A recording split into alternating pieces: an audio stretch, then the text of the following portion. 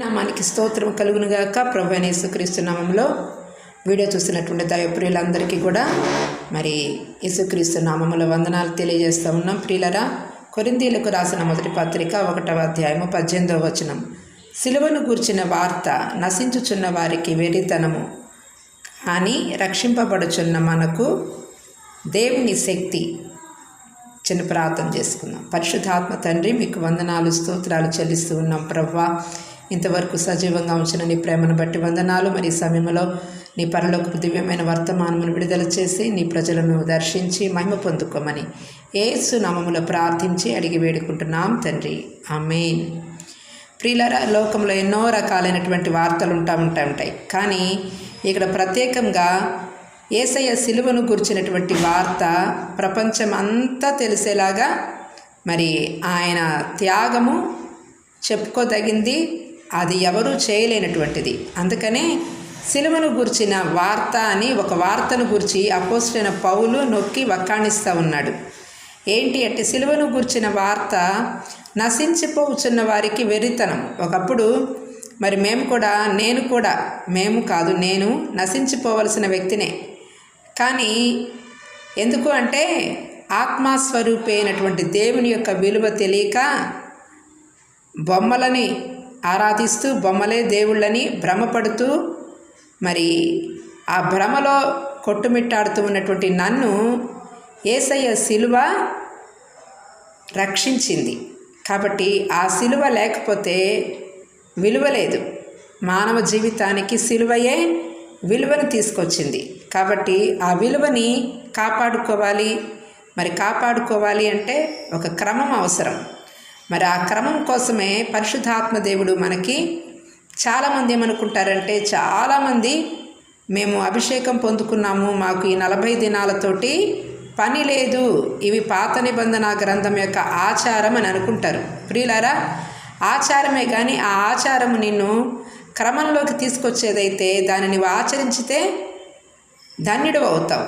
కాబట్టి నీ మందిరంలో నీవు ఈ 40 దినాలు ప్రజలు కూడుకోవటం అంటే సామాన్యమైన విషయం కాదు. అది నీకు బలం.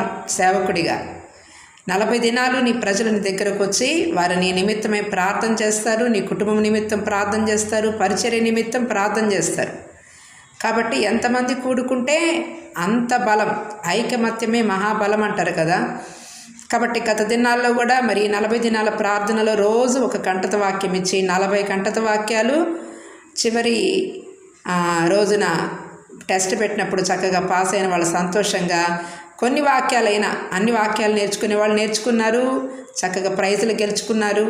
మరి కాబట్టి ఈ సిలువను గూర్చిన వార్త ప్రకటించడానికి కొన్ని వాక్య భాగాలు దేవుని దగ్గర నేర్చుకోవడానికి ఆయన పాదాల చెంత పసిబిడ్డల వలె, ఇంకా ప్రత్యేకంగా సిలువను గూర్చిన పాటలు పాడుకోవడానికి ఇదొక మంచి తరుణం. కాబట్టి ఈ వార్త నశించిపోతున్న వారికి ఈ ఆచారము వెరితనం. కానీ నువ్వు రక్షింపబడ్డావు, యేసుక్రీస్తు రక్తంలో కడగబడిన వ్యక్తివైతే ఇది నీకు దేవుని శక్తి.